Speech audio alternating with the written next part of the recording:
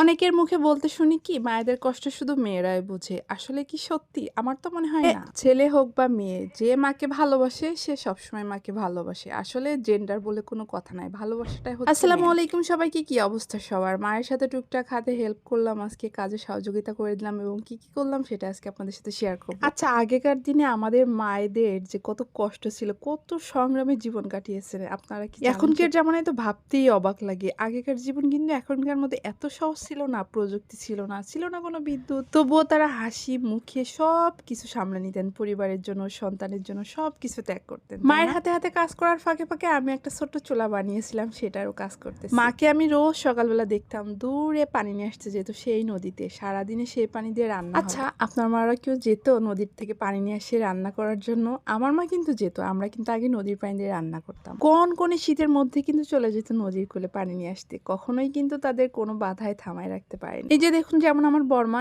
এখনো এই বয়সে কাঁথা সেলাই করতেছে তার ছেলে মেয়েদের জন্য। আমাদের এখন ঘরের মধ্যে পরে বেড়ানোর জুতা, বাইরে পরে যাওয়ার জুতা, এমনকি আত্মীয় স্বজনের বাড়ি পরে যাওয়ার মতো জুতা, মানে ৩-৪ রকমের জুতা থাকে। আগেকার মানুষের পায়ে কিন্তু কোনো জুতাও ছিল না। মাকে দেখতাম নানি বাড়ি যাওয়ার সময় শুধু একটা স্যান্ডেল পরে যেত, আর তাছাড়া কোনো সময় তাকে জুতা পরতে দেখিনি। এই খালি পায়ে মাঠ ঘাট নদী সব জায়গাতেই কিন্তু যাওয়া আসা করতো।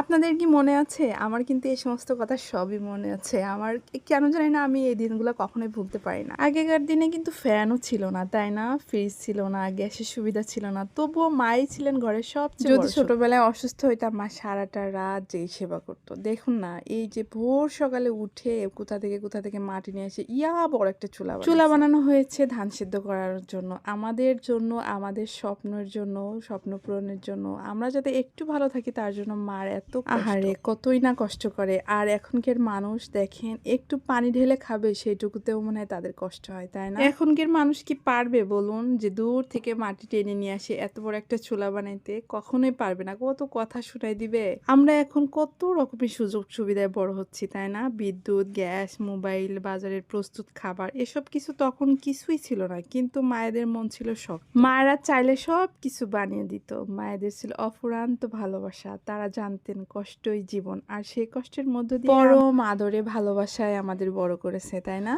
আজ যখন পেছনে তাকাই তখন বুঝতে পারি আগেকার দিনে মায়েদের সত্যিই ছিল আমাদের জীবনের নীরব নায়িকা, তাই না? তাদের ত্যাগ, তাদের ধৈর্য, তাদের এসবের কোনো তুলনাই নেই। আমরা যাদের মা বলে ডাকি তাদের কষ্টের গল্পগুলো কখনোই ভোলার নয়। এই যে দেখুন, মায়ের সাথে সেদিন বড় চুলা বানাইতে বানাইতে সুন্দর একটা ছোট্ট কিউট চুলাও বানিয়েছিলাম আমি। সুন্দর হয়েছে না? মায়ের চুলাও শুকিয়ে গিয়েছে, আমার চুলাও শুকিয়ে গিয়েছে। এখন শুধু চুলাতে মার ধান সিদ্ধ করার পালা, আপনাদের জন্য কিউট কিউট ভিডিও বানানোর পালা। এই